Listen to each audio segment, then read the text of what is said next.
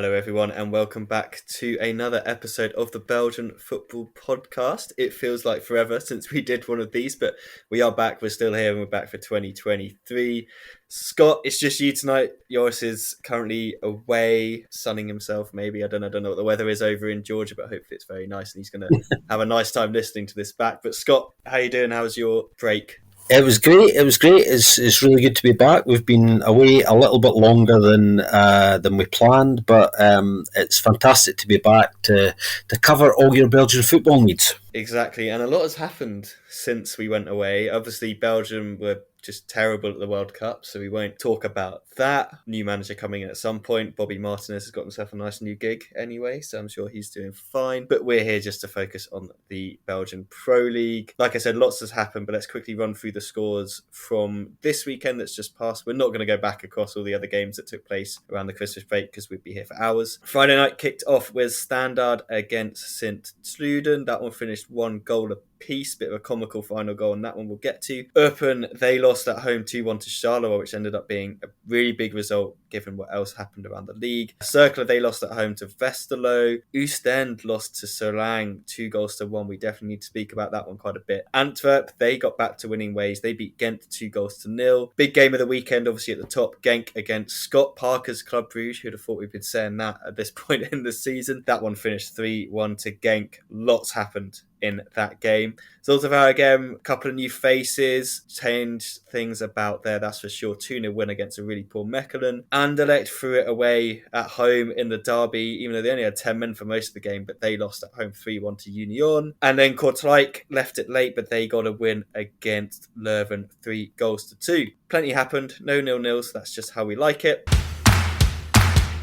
Let's start with Standard against Sint Truiden then. And I think it was kind of summed up by Will in the commentary when he was like, we seem to have this game on the TV quite a lot. And I think he was kind of suggesting, I don't know why, because it's not very exciting. And that is definitely true. It's a bit of a weird game for them to pick for a Friday night. You've got obviously Sint Truiden, who we now know Bernd Holleback's not going to be there at the end of the season. Christian Bruls has left. He's gone to Zultevar again, so kind of attacking talent's gone.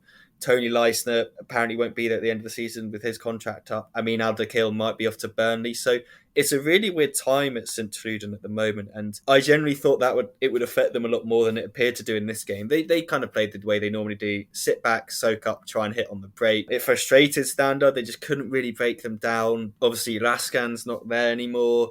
He's in the B team. Amala, he's not even playing for the B team or training with the B team. So it's a different look. You're relying on someone like Zinkernagel, Alzate, Balikwisha to do that. They just couldn't quite get through there. 0-0 at half time. Into the second half. And St. Truiden started to play a lot more, actually. They started to get Hashioka going down the right-hand side. It was his run. Lovely pass inside and cut inside and pass from him to Gianni Bruno. I haven't seen if he said that this was a pass, but it looked like just an absolute shank of a shot.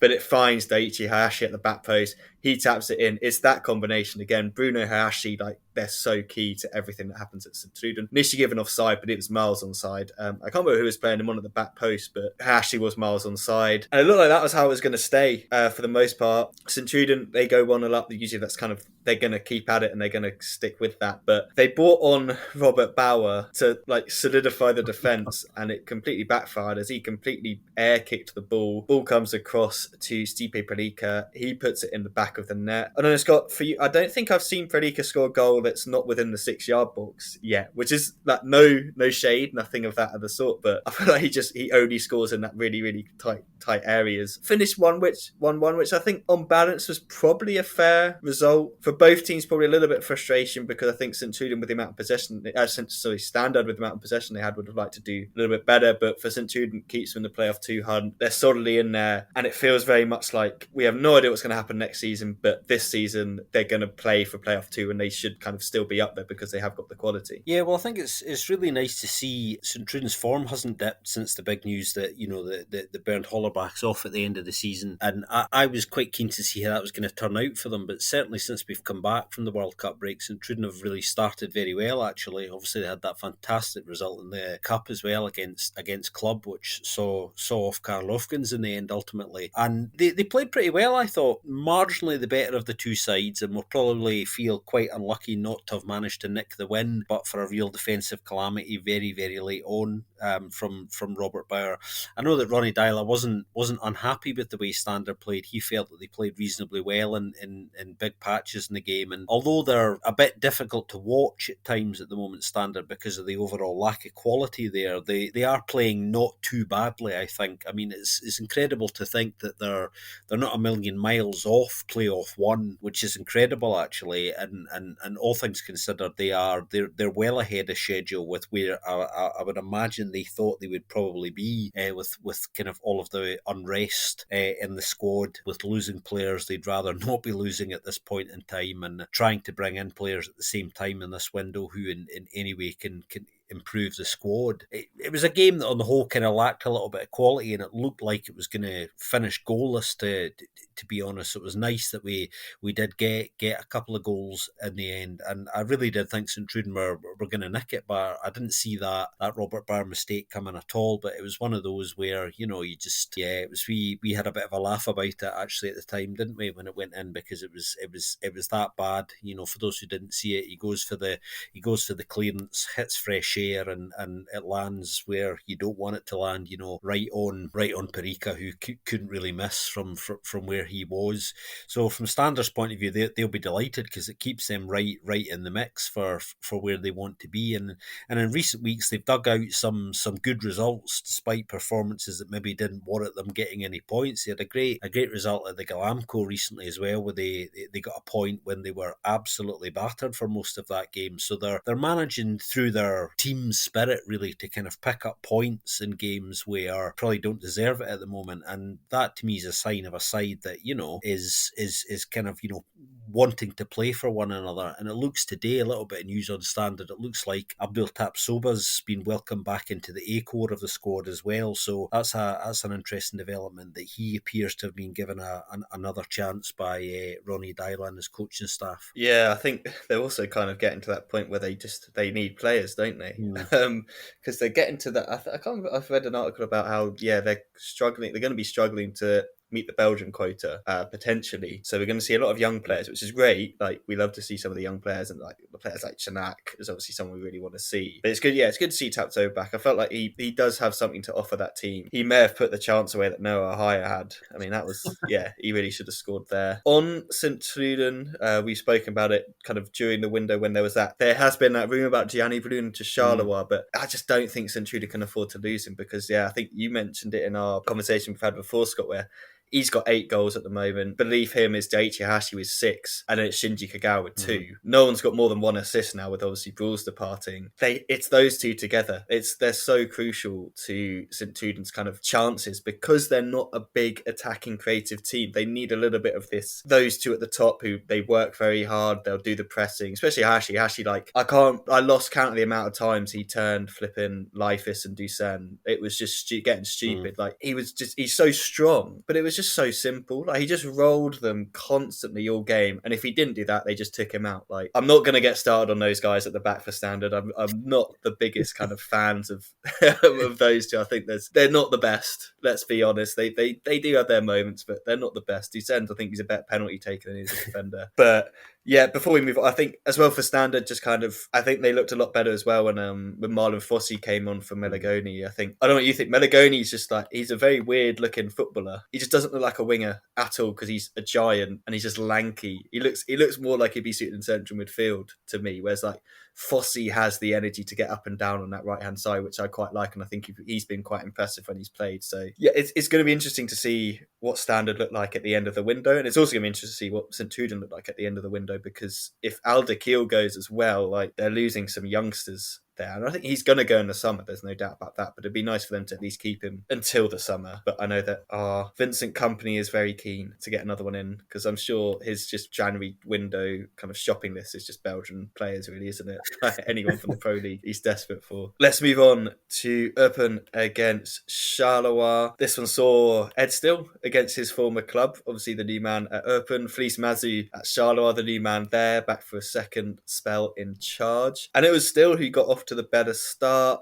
Steph Peters with the set piece. Boris Lambert had the entire, basically the whole of bloody East Belgium to himself it felt like, didn't he, at the KFL Stadium there. He just headed it past Coffey with relative ease. And it was 1-1 at half, going into half, 1-0, sorry, going into half time, which at that point, that was going to be a big result for Erpen if they'd got the win there, and really would have dragged Charleroi fully into the relegation battle. But then the Madagascan Pirlo, Marco Lamaricha, he found Kenan Cooper on the right-hand side to make it 1-1. Really nice finish, actually, from Kenan Cooper into that bottom corner. Quite funny, because he ran over to celebrate with the fans, but I think everyone on that front row had a pint on them, and he was, I think in his mind, he got like a little bit closer and he was like, nah, actually it's not worth getting absolutely covered in a pint for the rest of this game. Just kind of held back a little bit and let the lads kind of like give him the celebration. I know it was one of your favourite players that got the winner, Scott, Damien Mark, with a set piece from a set piece. We had been calling for Morioka, we were baffled why he wasn't starting. He comes on, he puts the set piece in. Damien Mark puts the ball in the back of the net in the 88th minute. Really, really big win for Charleroi. And I don't know if you noticed as well, Mazu was in with the players at the end. Kind of what we saw of Mazu at Union, what we didn't really see of him at Anderlecht, is kind of back at Charleroi. That kind of, he looks a little bit more, not more relaxed, but the pressure is clearly off and he can kind of enjoy it a little bit more. Yeah, I was gonna. That was the first place I was gonna go. Felice's reaction on winning that game. I mean, obviously he was delighted to kind of get his first win after being a little bit unlucky against Anderlecht kind of previously in his first game. But yeah, gesticulating away wildly when he won that one. I think I did see a lot of people, saying he went overboard slightly, but in a way I can kind of understand it. I think it was as much relief as anything else, as well as because of the way the game panned out. They were, for me, much the better side of what I saw of it, and it looked like they weren't going to get the win. So to get over the line, I think must have been a huge relief to him. A little bit of spice in this game, actually, not so much on the pitch, but more around the fact that obviously there's Will Still playing his old side, and you know what football's like, you know what I mean? It's always nice to remind your old side, particularly when you play them so soon when you go to a new club, that they made a mistake in letting you go, and unfortunately you couldn't get anything out of this game. But I don't think Eupen have got too much to worry about. The pressure is still very much on them, but I think they have enough to beat the drop. There's enough quality there. Will Still's a good young coach, and I think, as we remarked on at the time when he went there a few weeks ago, I think that's actually quite a smart appointment on their part, and I'm pretty certain that they're going to be okay.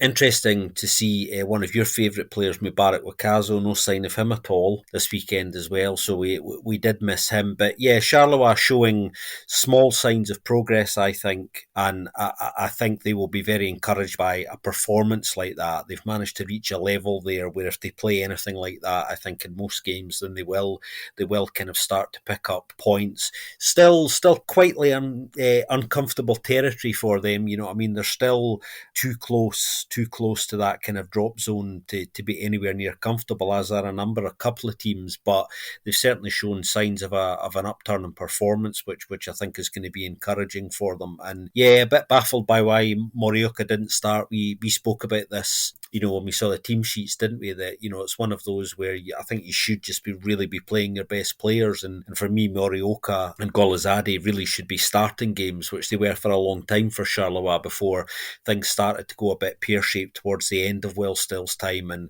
both players were dropped for a period as they tried other options. And I think when you have offensive players as good as that, who have quality which can ultimately win you games, then when you're in the situation they're in, I think you just have to play them more often than not. But a little bit of tinkering going on, and I think Felice is working very, very hard at that one thing that we know he's absolutely brilliant at, and that's knitting together a great team spirit. Been a lot of videos on social media of him addressing the squad and talking about the right sort of mentality and the being in the right place when you walk in the pitch to put a performance in. So I think he's satisfied with the tools at his disposal. It's maybe just the application and the attitude of some of the players players that he wants to reset. But we've seen some signs of that in this game, I think. The point about Golazade and Morioka is just, yeah, spot on, in my opinion, because they still haven't got anyone to score the goals, have they? Like, Dan Mm. Heyman's their top scorer with 5. But if you haven't got the strikers on the pitch to score the goals, you need someone like a Morioka, someone like a Golazade who can. Golazade especially can pull out a goal from nowhere to win you a game sometimes. Morioka can create at least, and then at least you've got someone to create something, and maybe someone's going to get on the end of it, like we saw with Nkuba and Maricha. Erpen, I'm still concerned about. Yeah, my man Wakaso, he's gone missing. I mean, it's very hard to get any information out of what is actually going on Erpen most of the time in terms of, like, is he injured? Is there anything like that going on? Like, I presume he's injured, because otherwise it's just, there's probably a lot of wages there just going to waste. But yeah, and I think, yeah, so on Erpen, I think it's really interesting. We'll talk about it as well with one of the other teams, Leuven, where, like, in the summer they needed defenders. They brought in Genk and Kral, and I think it was either the Het Newsblad or someone else was saying that those guys have already been told they can leave. It's just like, that's crazy that you've. It's just a kind of a sign that you kind of just make these signings, and maybe in desperation. I don't know how the signings kind of work at Urban most of the time. It's quite a weird one in that sense, but they've been persisting with 2 young players, which is great. You got Van Gogh and Parachute playing a lot more, but I don't know. It does worry me a little bit about that, because there's just no depth in the defensive areas, and defensively they haven't been great.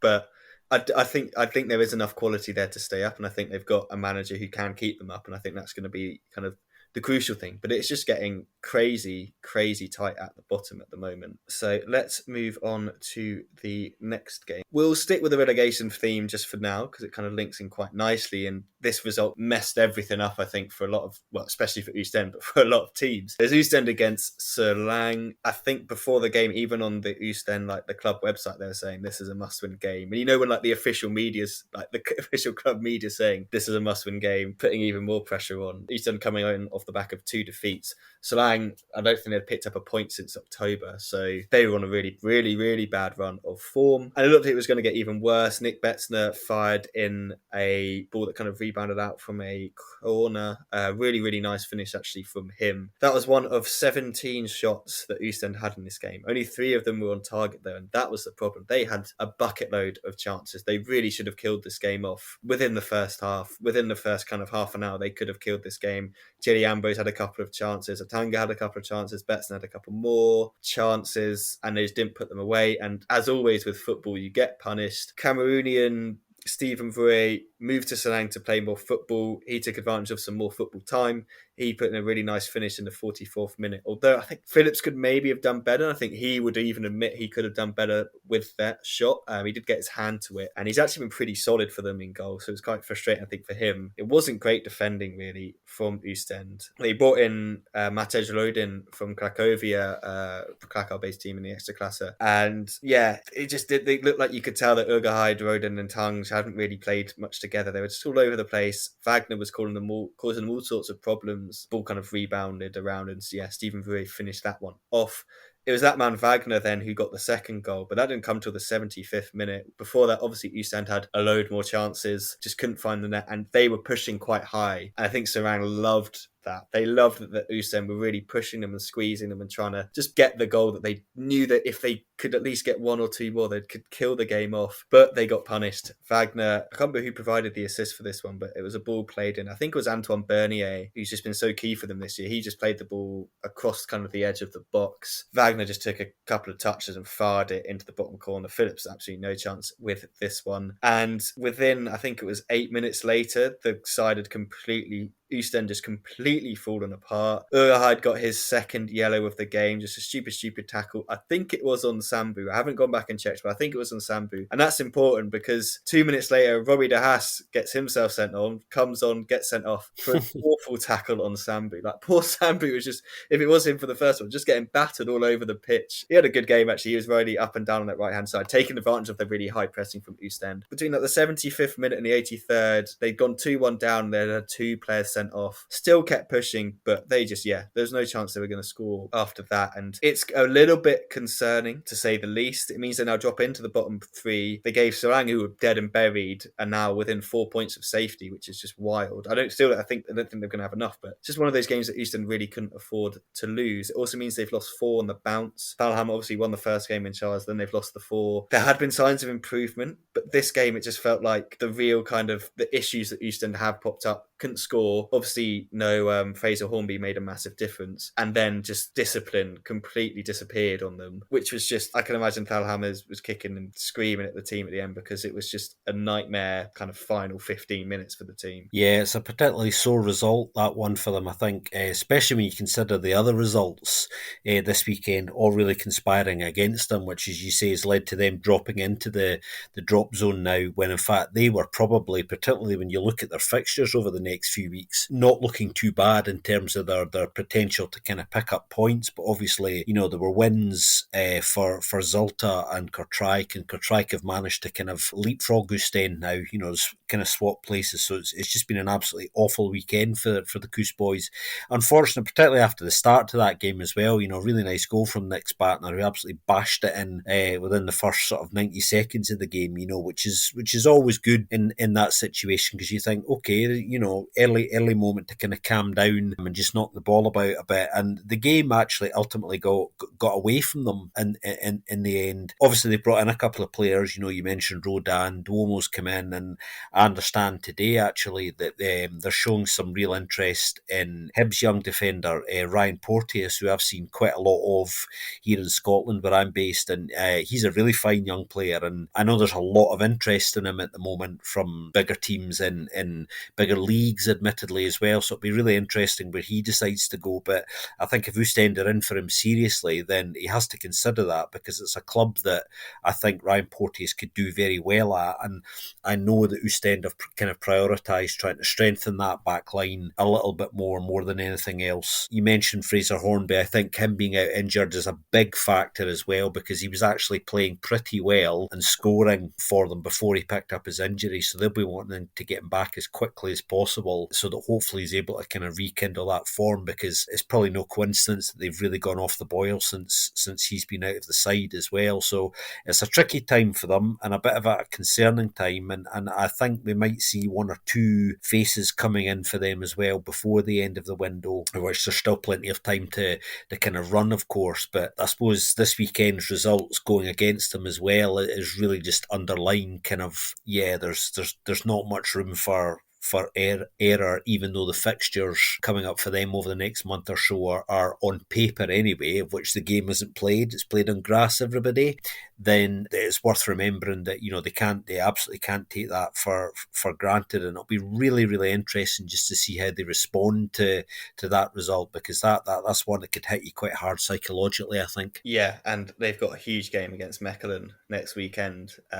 Yeah. That's going to be, we'll get to Mechelen later on, but that is going to be a really, really crucial game. Speaking of not being played on paper, the game that took place at the same time, Cercle against Westerlo, looked like it should be a really good game on paper. These are 2 teams that you like watching play. Like, if you're going to pick a couple of teams in the Pro League to watch, like, you'd watch Cercle Brugge, you'd probably watch Westerlo as well, the way they're playing at the moment. Only 1 goal in this one, and it was from the spot. Nasser Chadley from the spot. Mayeki almost made another penalty save, which is just ridiculous. He's making an absolute habit of stopping penalties at the moment, and if he'd got that, that'd have been crazy. To be fair, it looked like, for Cercle, they were missing a couple of players, unfortunately, at the back and on the wing, which is interesting, because we then saw Velkovsky come in, who had been massively linked to Kortrijk. That obviously fell through and now is being used here. I think Cercle, they've built the squad in particular ways, and they like to have these players that they can slot in. We've obviously seen Carlos's kind of war room, I guess, as you could say, and Velkovsky came in and he's a multi-positional player, and you saw that they can use him in different ways and stuff like that. So I think he is a very useful player for them to have, obviously Bulgarian international as well. But it was Westerlo who got the win in this one. I was obviously watching the other game, so Scott, I'll hand over to you because I didn't see much of this. I've only really seen the penalty. Was it better than the scoreline suggests of just a 1-0? Yeah, I mean, it certainly had more goals in it. I thought this was a really good, open, feisty game, and I felt this was going to be a good game actually before I watched it. I think it had all the ingredients on paper, going back to paper as opposed to grass, to continue the theme, to suggest that this was going to be a right good game. Both of these sides are pretty impressive offensively and have a nice balance about them. Westerlo have proved what a tricky side they are to play against. You know, they've been doing quite well this season, and obviously Cercle are on a pretty good run of form, and have got kind of a really good balance that's working quite effectively for them in the side at the moment. And it was really keenly contested, and there wasn't really going to be much in it. I mean, for me, the penalty probably wasn't a penalty. I think they were a little bit lucky with that, a little bit of theatrics.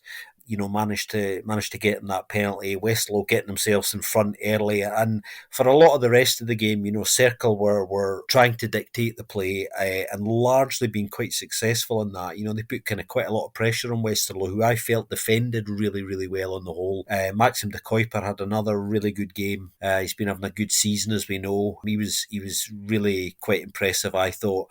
But there was very little between the sides. I mean, when you go away and look at some of the data numbers as well, you know, particularly things like the duels, something both these sides are very good at, both physically impressive, these two, particularly Cercle's output and metrics in these areas are strong and have been for a while. Aerial duels, for example, you know, pretty much 50-50 over the 90 minutes. Ground duels, only 6% difference, which is really small, particularly when a game's so tight. You know, I mean, that's not enough really for a game to go either way. Overall duels, there's only really 4% between them, Westerlo edging it just marginally. So, you know, that 1 or 2% extra that Westerlo managed to edge ahead of Cercle is really kind of what got them over the line here, I think, because Cercle pushed them really, really hard. And I think they'll be really disappointed, Miron and his team, you know, not to at least have got a draw out of that, because I think they played quite well. But a combination of good defending and really matching each other physically, a lot of the 50-50 balls, they're being very little in as well. I mean, even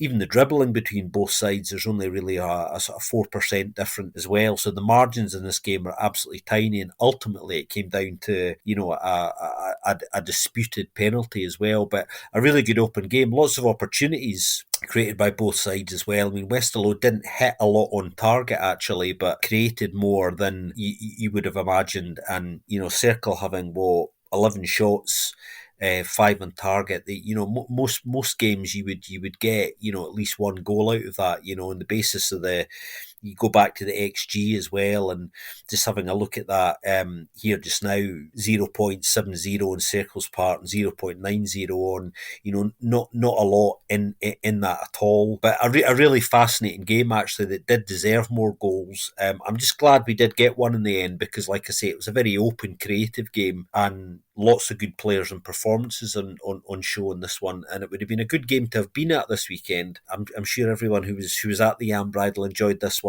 Yeah, some more than others, maybe after that result. But yeah, no, I think it felt like, and it feels like that's kind of the battle for playoff two is going to be between these. It's going to be tight with these sort of games. Like looking at Circle's next couple, like Charleroi, they've got a couple of the relegation teams. They play Union. Obviously, that's a tough game the way they're playing at the moment, but. Then they play Ghent, Standard, Leuven, kind of all in a row, and it's a really good chance for them to kick into playoff two and kind of push around some teams, because Standard's form, just looking at, if you're going by form and what the teams are looking like, they look like the one that's kind of starting to drop a little bit out of the teams that's already in there. So it's about taking your chance to take advantage of teams slipping in and out of playoff two. I think it's going to be a good race, I guess, for playoff two. Ghent obviously would rather not be in the playoff two race. They still have that chance for playoff one. And so do Standard and Westerlo at the moment. Like Westerlo are only 4 points off of playoff one, which would be a really, really impressive achievement. Would be kind of ironic if they did they went above Club Brugge to do that. Maxim de Kuiper, obviously on loan, and being the catalyst to take them above his parent club. I'm sure that would go down really, really well.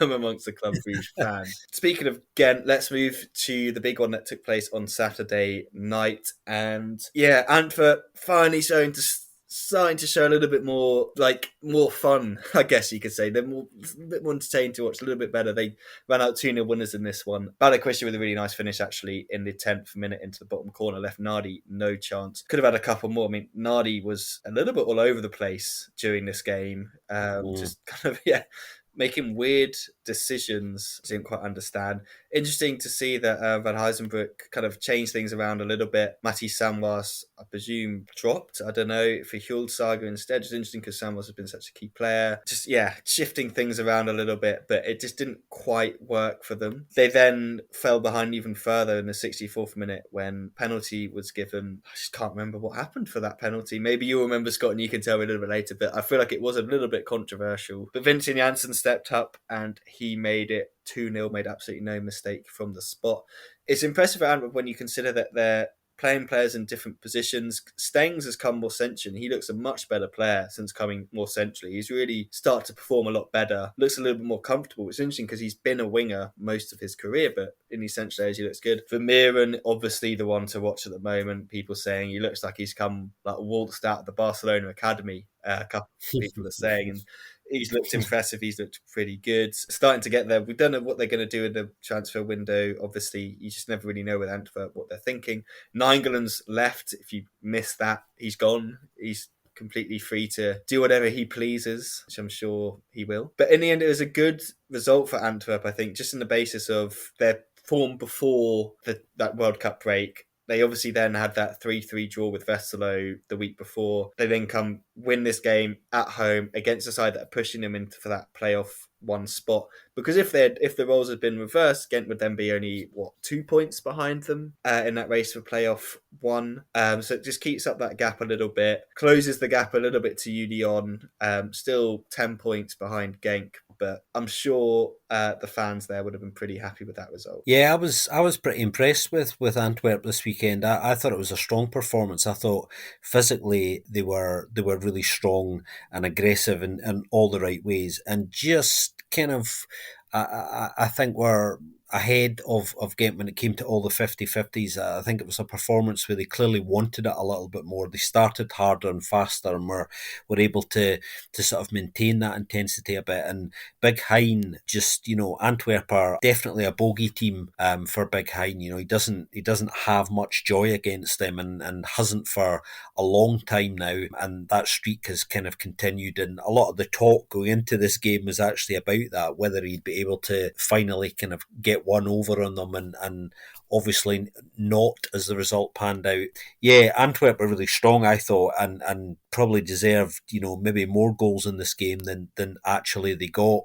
Michel-Ange Balikwisha with a lovely finish early on to kind of open the scoring, and in fact, it was a really good weekend all round for the Balikwisha brothers. Michel-Ange obviously scoring for Antwerp, a nice goal, and his brother William Balikwisha, who's still at Standard, of course.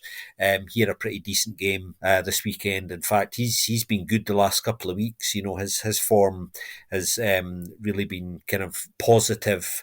So it's been a good weekend for the Balikwisha family, that's for sure. Again, I think for me, just a little bit off it. Not a poor performance, but I think on the whole, probably not enough to have justified getting anything out of this game.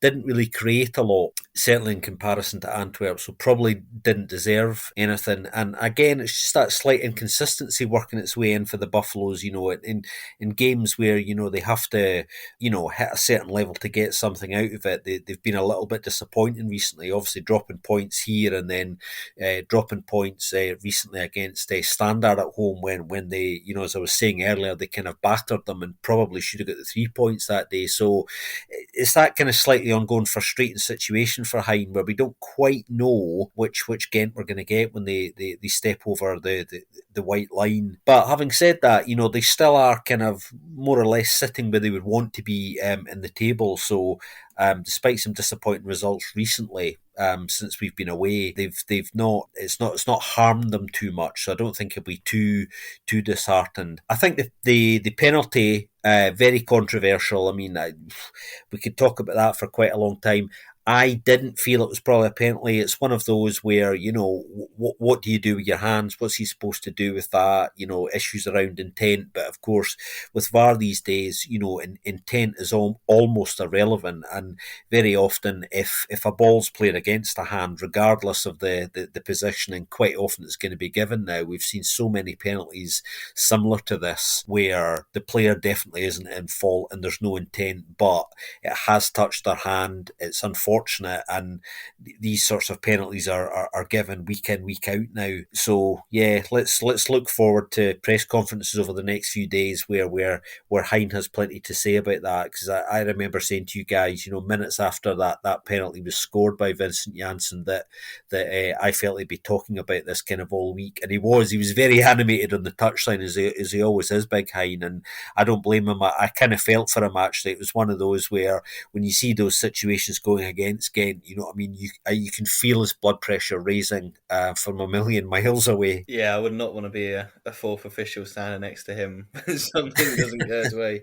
especially the size of the man. Fly me. Yeah, no, I think that's pretty fair, isn't it? They'd kind of obviously they'd want to win away to Antwerp, but they're not the games that are gonna. They're not. I just don't think that level without someone like TC Dali in there. I think they aren't as competitive without him. You put someone like a TC Dali in there, and then you start to expect a little bit more. But it's the teams kind of below them that they need to definitely be beating and not dropping points against, and then trying to get some points off of these top four teams. Yeah, Probably, it's really yeah, nice to see Ibrahim Salah mm, starting more often. I mean, obviously he's a young player, and you need to give him time. But it's really pleasing to see him getting a bit of a run now. I think, because I think that's what needs to happen. And the thought actually of him playing potentially with Tisadali in some form, later in the season when he's back, is actually kind of quite exciting, because I think the potential there is massive. So that's one thing. And again, I'm really pleased to see, because it'd be very tempting to perhaps not give him his chance quite yet, but he's given it, and he just needs to kind of keep working hard. But yeah, he didn't get much joy this weekend. yeah, no, 100%. He's earned the right to play, hasn't he? Really, over someone like a Deportla or anyone else they try and chuck up front these days at Ghent. But yeah, no, it's been nice to see, and I know Ghent fans in particular are hoping that he doesn't get noticed. Basically, they want him to stay for a little bit longer because yeah, he is a talent, and with a name like Salah, you're always going to kind of get picked up, aren't you? Let's move on to the big game of the weekend. Scotty Parker in the dugout for Club Brugge. I'm not going to say my feelings on that one. I'm going to give him the chance that he deserves. I just found it a very strange kind of appointment. And I know that they said he was the third choice. So when that comes out, it's never a good sign, is it? But things got off to a good start, to the point where we had Joris say, I forgot how much I hate playing against this team in terms of Club Brugge. Hans van Aken got the opening goal. Really good play from Maya on the left-hand side, proving that he shouldn't be playing as part of a back three in the centre-back role. He should definitely be playing as a left wing back. Really nice, just bruised people out the way, really. Should have been taken down or tackled at some point, but he wasn't. He fires it across. Hans van Aken makes no mistake. 21 minutes in, the Scotty Parker era has begun. Everything looks great. 4 minutes later, Mignolet decides that the new Simon Mignolet, the guy that played amazing football last year, is done. And even he said after the game, he's glad that kind of the voting for the best goalkeeper awards closed because he kind of got many votes. So fair play to him. I love that from him. But yeah, he comes for a corner, doesn't get it. Carlos Cuesta gets there first. Empty net, he heads it in. And everyone's just kind of looking around at the back there. Then we probably got to talk about Abakar Silla's tackle on Joseph Pansel in the first half. That was a shocker. Just completely wipes him out. And it's so frustrating to see, because I think, to be fair, Silla, he's 19, 20, isn't he? He's really, really young. He's going to be a good centre-back if he just stops this. And this has now become a big thing in the Belgian media. Lots of people being like, what's going on? Someone needs to get around him. Someone needs to tell him that he can't do this. Like, he just needs to focus more and not put in these crazy tackles. But it was a really, really bad tackle on Pencil. It was only a yellow card for this one, though. We'll get back to that later. We then have the goal of the game in the 67th minute. And it's just a lovely, lovely bit of football from Genk. All the right people involved. El Canus, the lovely little flick back. It gets to Joseph Pencil. He gets his second assist, finds Paul Onuachu in the box. He does Mekele with a nice little cutback, but it's not the best of kind of touches, and he's stretching, but thankfully he's an absolute giant, so he can stretch. Fires it past Simon Mignolet. Fans going mad. And you could just, there was an atmosphere in the stadium that you could sense this was a big game, this was a big moment, this was our chance to put ourselves as the title favourites. We're going to show the former title, the defending champions, what we're made of. And they certainly did that. Then Silla does get sent off finally in the 75th minute, gets himself sent off, much to the delight of every Club Brugge fan and the media watching this game. And literally, I think 6 minutes later, El Canous gets, I think it's only like his second assist of the season, which is just crazy when you think of how pivotal he's been. He just seems to get these, I think they call them like hockey assists, aren't they? Where the pre-assist, basically. He's always involved in that sort of thing, but he finally gets one. Brian Hayden makes absolutely no mistake. He almost makes a mistake, but he kind of just fumbles it in to get another goal for himself in the 81st minute. So it's a win for Genk in this one, 3-1. It was a feisty game, a couple of moments between Joseph Pansel and who else but Noah Lang. But I think someone pointed out that obviously last year when Schroeder came in, he lost his first game pretty badly, but then recovered it. But I'm just not sure if they're going to be able to recover it to win the league. Obviously, with the playoffs, it makes a difference. But the way Genk are playing, and we can talk about this because Joris isn't here, so we can kind of get a little bit giddy about it. But it felt like a statement performance and atmosphere and everything. I don't know if you feel the same, Scott. It just felt a little bit like, yeah, this is kind of we are the team. We're the best team in the league now. This is the like kind of statement performance. I think, well, first of all, I should say welcome to Belgium and welcome to the Pro League to Scotty Parker. I think his arrival in Belgium has been underwhelming's probably the right word to use, but I completely agree with kind of you, Ben. I think we need to, give him his opportunity and see what transpires over the next few weeks. But welcome to Belgian football, first of all. I had a feeling going into this game that this was going to be a fantastic opportunity for Genk to get the points, largely because Scott Parker had only really been in the country sort of a matter of hours, and had only really had 3 or 4 days with a squad, which he was very open in saying that he hadn't really familiarised himself with yet at all, and hadn't had an opportunity to really familiarise himself too much with the league. So he was coming into this game underprepared, to be honest, and that's not a criticism, it's just the way it was. And I kind of felt, because of the form that Genk have been in all season, going into a game as big as this at this point, that with everybody talking about Scotty Parker and there being no attention at all on Genk really going into this game, that this was a fantastic opportunity for them to go out there and get the points, and that's exactly what they did. Actually, I thought they were much the better side. Actually, they really did deserve the win, created a lot more. Bruce didn't play badly, I have to say. I thought, a lot of their best play was on the break. We know that Scotty Parker likes to play with wide men who kind of stretch the play, and I wasn't surprised to see Lang and Skov Olsen starting, actually, although Lang was playing a little bit more centrally, because both of them as wide men in their natural positions, I think play to the way that Scotty Parker likes to set up tactically. So I would expect to see more of that in the coming weeks. Yeah, but there was lots of needle in the game, which wasn't unexpected either. The red card was I think ultimately deserved, not so much for the second yellow, which there wasn't a lot in, although the reaction is really why he got the yellow. The tackle itself was a bit innocuous, but I thought the first yellow was pretty horrendous, and for me was a straight red just because of how wildly dangerous it was. It's a cynical challenge, and it's one of those ones where you could easily break a player in half with it and cause a really nasty injury. So it was a really bad one. I actually felt that Lawrence Visser, who was ref in this game, didn't have a great game. I don't like to criticise refs because, it's kind of, that's all we would talk about every week if we did that. But I do feel he lost control of this game, particularly when it was already quite feisty, and that's never great from a referee. Some really quite strange decisions as well.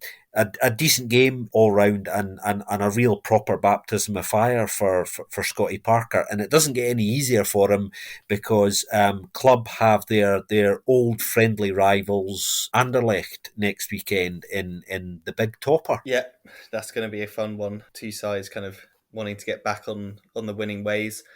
Was also good to see Matt Reitz come back. He was in fantastic form last season before the injury, and he's been out for so long. But it was really nice to see him get back on the pitch, and hopefully he can start to really kind of regain that fitness and regain that form at the back end of last year, because he was arguably Club Brugge's best player for the time he was fit last season, scoring goals, doing lots of stuff. So fingers crossed that is the start of his comeback. Let's switch attention to the bottom of the league. We'll go to Zolta Varagem, who have been busy in the transfer window, despite Mbaile saying, no, we're not going to sign Ruud Vormer. We don't think he's going to fit our system, and it's all very different if he comes and plays here. They went and signed Ruud Vormer on January the 4th.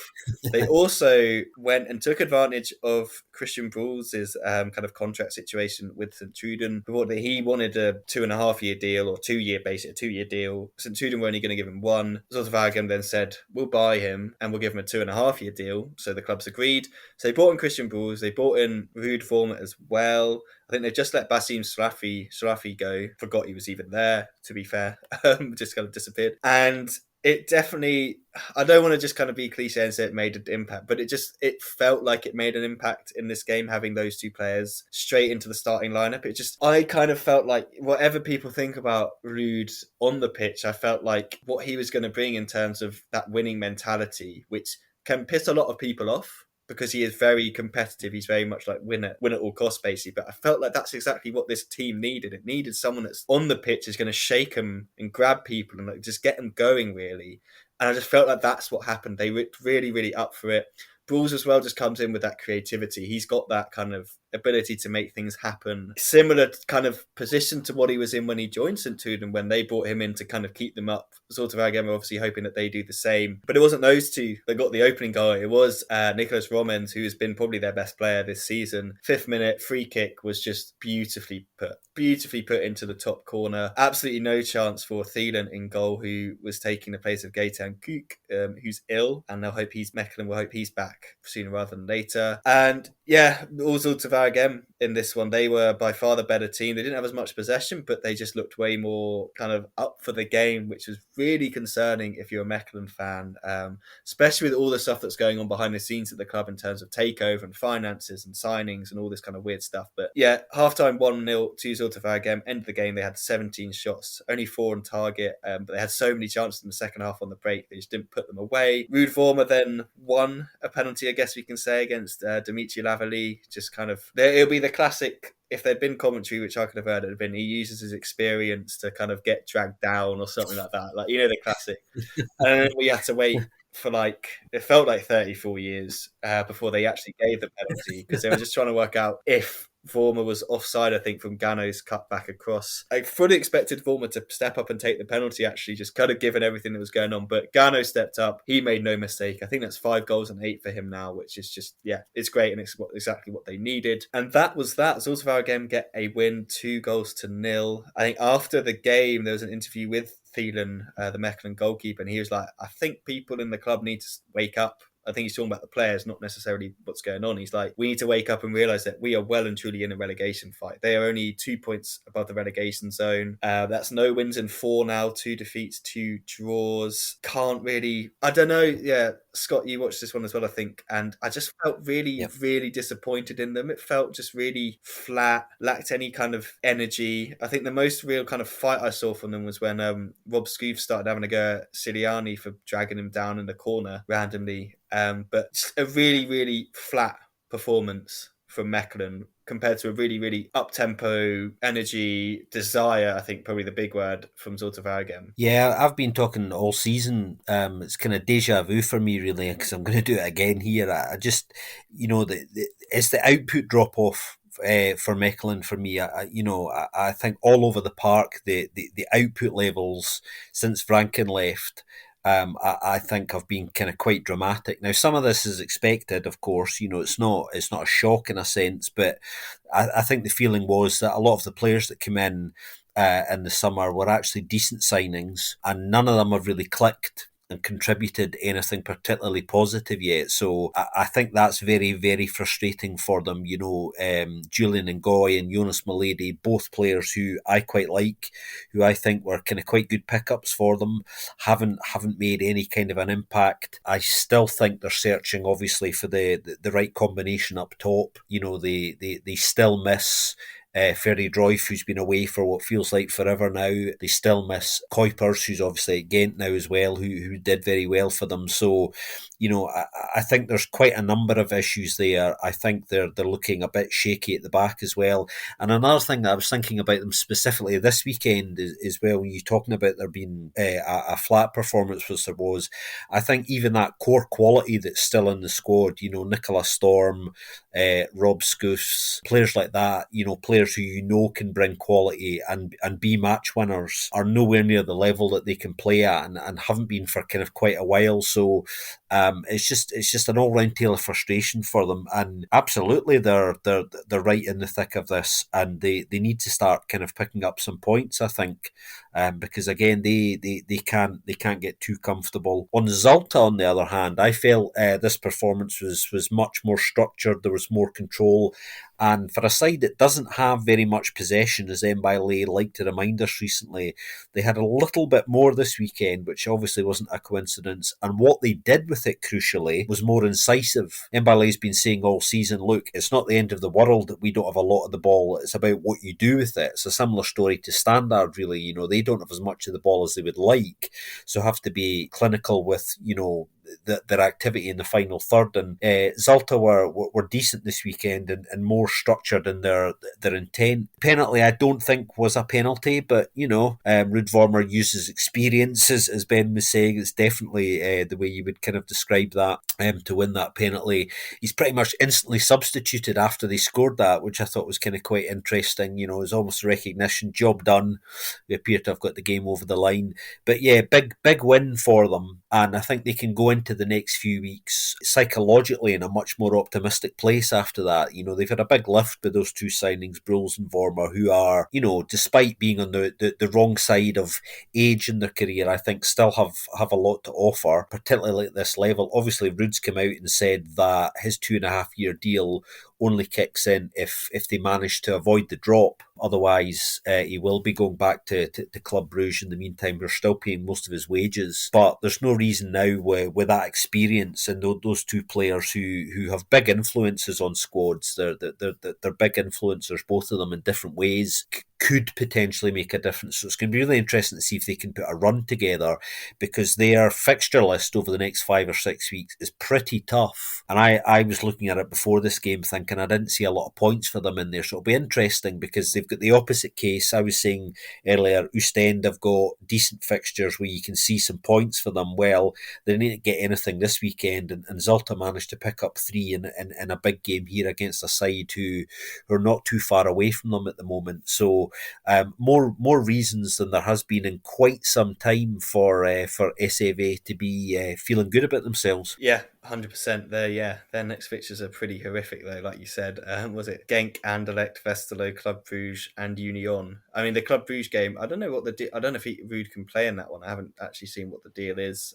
That'd be interesting. Yeah, I don't think he Yeah, that can. makes Yeah, sense. But then it's Oostend, Salang, and Kortrijk. So it's like, get them out of the way, and then you're into that kind of must-win territory. So if they could just pick up some points in those games, go into Oostend, Salang, and Kortrijk with a chance still, and still be within touching distance of those 3 teams, they'll probably fancy their chances of pushing themselves out of the drop zone. Let's speak about one of those teams in Anderlecht. They hosted Union Saint-Gilloise at home in the Brussels derby. And yeah, this one was quite entertaining. Musa Ndiaye got himself sent off in the first 10 minutes. I've seen lots of Anderlecht fans pretty upset about not necessarily maybe the decision, but the inconsistency in the decision compared to other decisions that have gone over in other games, I guess you could say, which is fair. I mean, everyone gets pretty frustrated when there's inconsistency. But what it did mean that then Anderlecht were obviously sitting back a lot more, 36% possession, only 6 shots in the game, whereas Union finished the game with 23 shots, 11 of which were on target. However, it was the hosts, the Mavs, who got themselves ahead in the 64th minute. Great play from Amuzu on the left-hand side. Fabio Silva, with a really intelligent run to the front post and a really, really nice finish to give them a 1-0 lead. and they held it for as long as they possibly could until the 81st minute. And yeah, this was another one of those really, really nice goals, actually.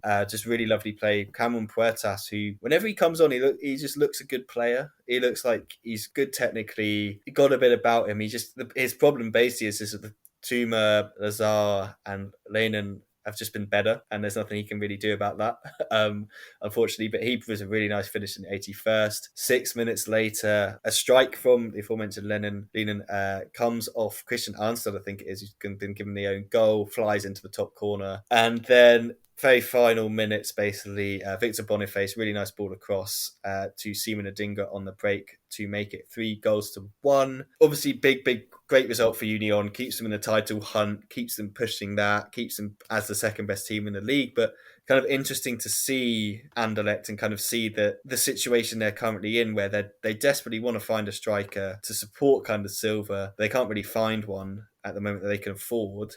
They've also got lots of injured defenders. But then in goal, Verbruggen's coming in now. He's going to be the number one. Van Cromber has basically been told, you're not part of the plans, you can leave, which I'm sure there will be some interest in, but it's whether they're going to get the money they actually want for him. But obviously, Verbruggen was really highly rated last season by Company, who really wanted to bring him to Burnley. But I always found that quite interesting that he rated him so highly, but he didn't play him when he was the manager of Anderlecht. Like, you clearly, why don't you go get Van Crombrugge then? You played him a lot more. So that was always been quite an interesting one. But yeah, big win for Union. They are just able to change the game with those subs off the bench, like Lapoussin, Puertas, and kind of coming a little bit about, I forgot to mention it on Mechelen, actually, when you compare that, obviously they're in different situations entirely, but if you look at what Mechelen were able to bring off the bench against sort of our game, it was basically all inexperienced teenagers, and that's the issue they have, whereas you look at a team like Union, who've got strength in depth now, and a big result for them in the sense that it keeps them kind of in the hunt with Genk, means they've again beaten Anderlecht. They love to beat Anderlecht, and their fans made that known that they enjoyed to beat Anderlecht. But I think frustrating for Anderlecht in that, because they only had 10 men, they didn't maybe feel they can compete as much as they probably would have wanted to. But also interesting, I think you mentioned it, Scott, or someone I saw mentioned it, that Adrian Treble was dropped for this one. And he's actually been a really important player for them. They played Diawara and Ashimeru instead. Found that quite interesting. As well as Arnstad. They'd had Treble and Arnstad together, and they switched it out for Diawara and Ashimeru, and that's what Brian Riemer did. Also, sorry, I'm just bombarding you with questions here, but with Brian Riemer, have you seen, obviously it's hard in this game, but have you seen some signs of him actually bringing in the attacking, pressing football that he's said he wants to bring? Yeah, well, I've definitely seen signs and changes of the body language of the players. Something that regular listeners will know I like to look out for a lot, because you can tell an awful lot about that. I think there's more energy about them. There's more positivity about the intent in their play. And I think the early signs are they are genuinely responding to, I think, the way he would like them to play. You know, that slightly more aggressive, high intense attacking football. They seem to be responding much better to the intensity of their overall game is noticeably different. I think they're less ponderous generally. You know, there's a lot less possession based football, kind of for the sake of it already. I've noticed, you know, the temptation to play the forward ball earlier, which is important if you want to play the way that Brian Reimer does, seems to be showing early signs of being reasonably successful for them as well. So I think the early indications are kind of quite positive, and I think, you know, he's rubbing off well on them as well. So I think he is getting a positive response, and to me anyway, it looks from the outside as if the players are responding to what he's asking of them, which is very encouraging for them. So they just need to keep working along those lines, and things will start to happen for them. So I think the changes in a short space of time have actually been more impressive, I think, than people are kind of giving them credit for. Maybe not quite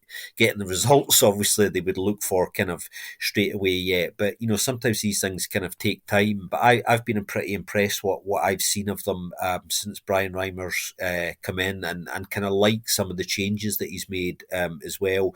They played pretty well for chunks of this game and nearly managed to get it over the line. But see, here's the thing, that they're playing the one side that you can't stop playing against until the game's over. The one side in this league that will keep going until the very last minute in Union. And, you know, that's Union scoring 3 goals in 9 minutes to completely turn this game around. But for Anderlecht to play 80 minutes, you know, and to kind of hold out although it'll be disappointing for them, I was kind of quite impressed by that. I thought they were kind of quite good. Fabio Silva's goal I thought was really nice, brilliant near post run, and a fabulous finish actually into the top corner of the goal. Union's three goals, all absolute quality, all three of them. One of them had slightly fortunate with a deflection, but was a great strike. And it's just this week's reminder. Not that we need any more reminders, folks, about what a good side they actually are and how you cannot stop when you're playing against them. But for me, there's reasons for Anderlecht to be optimistic on lots of fronts. Unfortunately, there's still turmoil off the pitch, particularly in the last 24 hours.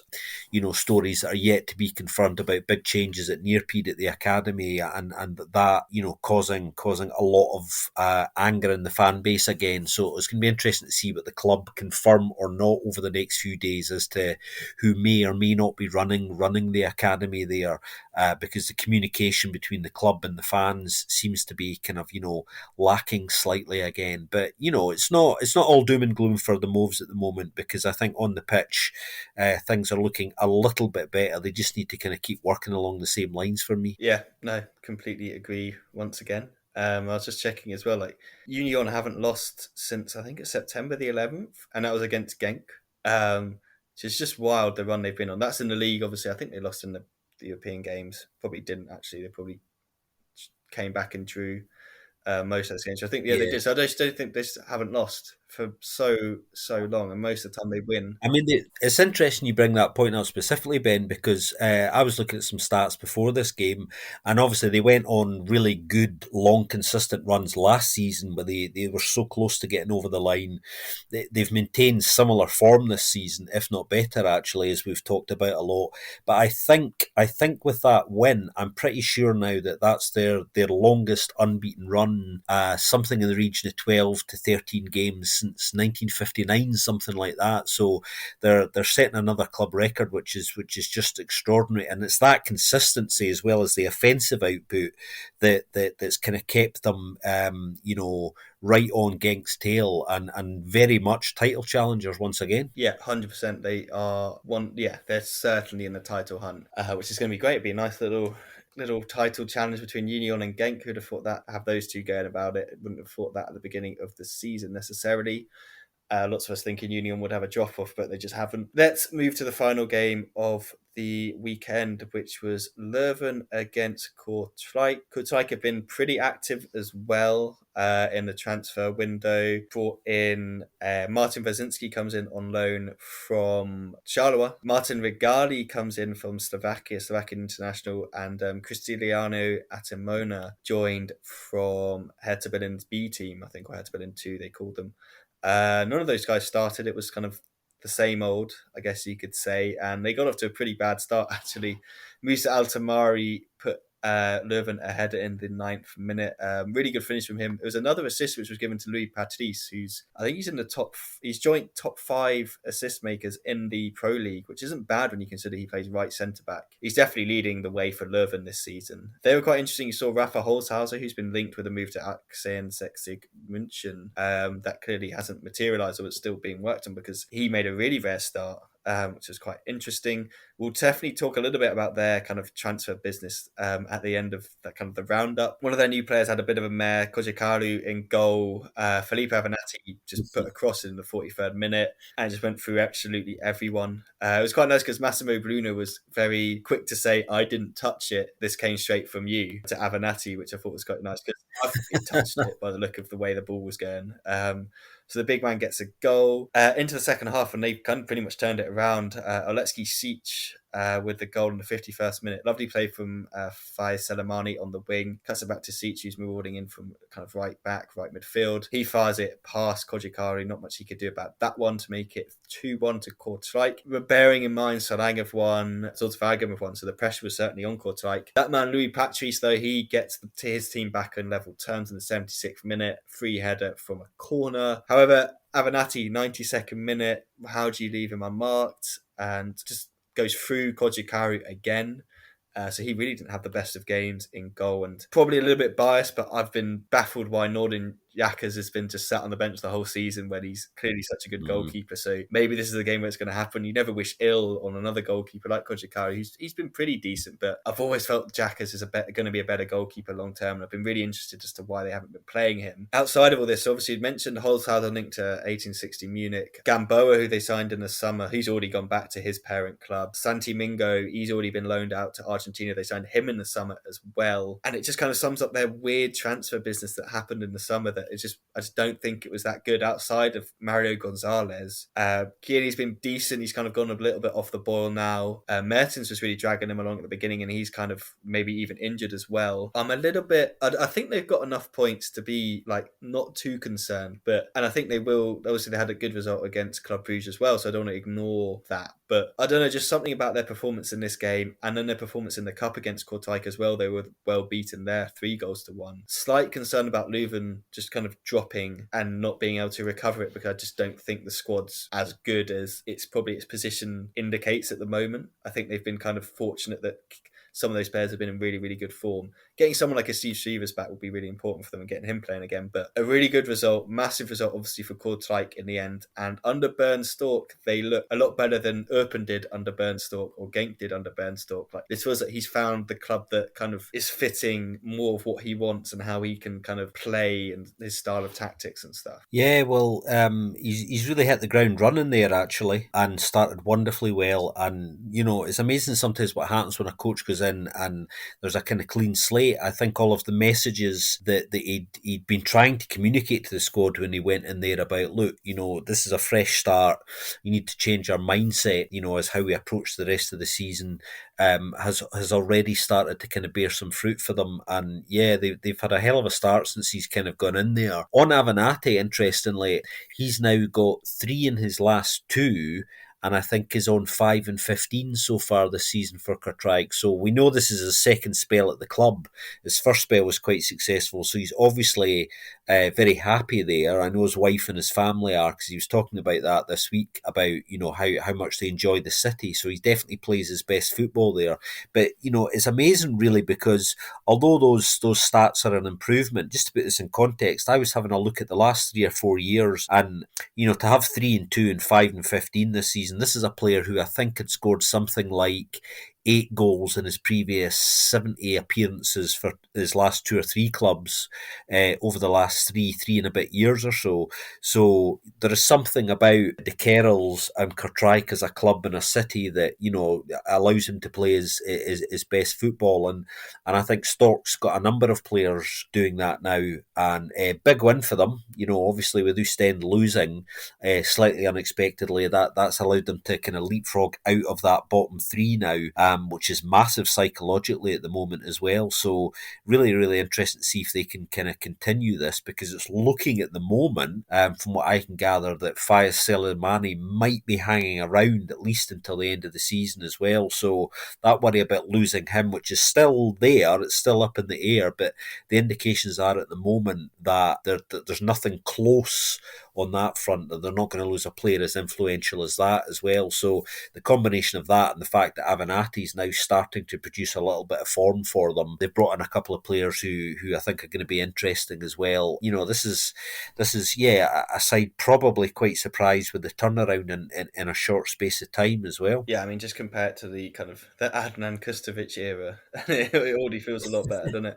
Yeah, and they're kind of their next couple of games. They've obviously got Mechelen in the cup, Ghent away on Sunday, but then it's Slang, Mechelen, Ostend back to back. Like that is a massive kind of run of games that if they win all those, then Mechelen will be deep in it. Usain will definitely Yeah. be deep in it. Like, there's some really, really big games coming up. And that's where, for Zulte Waregem, it's kind of, they could be adrift with their run of games and then Kortrijk with their run of games. Like, the pressure points and that disparity between teams and stuff. So they'll be hoping there'll be lots of draws in those ones. So I think this relegation battle is going to be fascinating. The battle at the top's going to be fascinating. That's what's so great about this league, is that at all stages of the league, teams are playing for something. Like, no one's going to be out of anything by the end of this season. That sums it up for 1A.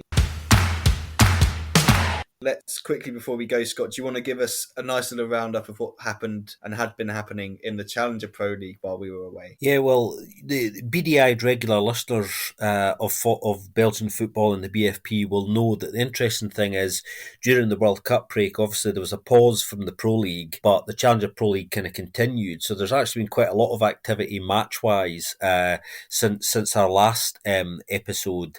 But the Challenger Pro League at the moment is just coming towards the end of its own winter break of 3 weeks. So they have had a break. Some of the sides have been away. Denza have been in Alicante. I think some of the other sides have stayed in Belgium and continued to play warm up games against sides. But they're coming towards the end of their actual break at the moment. But in terms of what's happened since we've been away, things have got very tight at the top of the table. There's now a really tight 3-way charge for promotion between Beerschot, Beveren, and Molenbeek. With only 1 point separating those three sides at the moment. And interestingly, Lommel, who were struggling for a little bit of form, have really kind of exploded, up until the recent winter break. They won their last 5 games, actually, 5 wins in their last 5 to rocket up to 4th position. And they've really got themselves not only in the playoff 1 mix now, but, in a genuine kind of promotion push. So Steve Bold has really managed to turn things around in a big way there in the last sort of 5 or 6 weeks during the World Cup break while games were ongoing. The Challenger Pro League is back on the 20th of January. Things resume there, and it's getting really interesting now because we're at that crucial stage where we've reached match day 18. And just as a reminder, because this is the first season where this has happened, we're now only 4 match days away from the playoffs beginning in the Challenger Pro League. So when we reach match day 22, that's when we'll split into playoff 1 and 2, playoff 1 being the top 6 sides, who will then play off home and away another 10 games to decide who the champions are and ultimately who's promoted. Remember, everybody, only one side's going up this season. And the other thing to not forget is that there's no points halving in the Challenger Pro League, unlike in the Pro League. So things could be really tight and really exciting when we get down to those playoffs in a little bit over a month.